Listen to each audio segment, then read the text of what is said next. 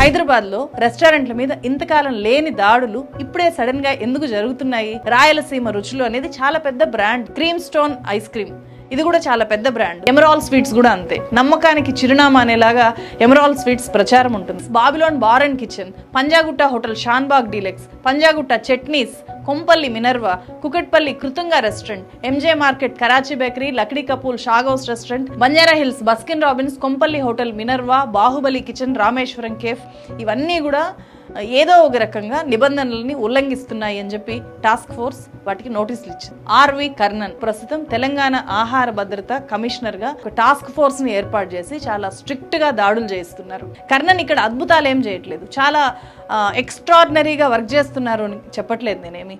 తన డ్యూటీ తను చేస్తున్నారు సక్రమంగా. ఎవరైనా సరే చేయాల్సింది అదే.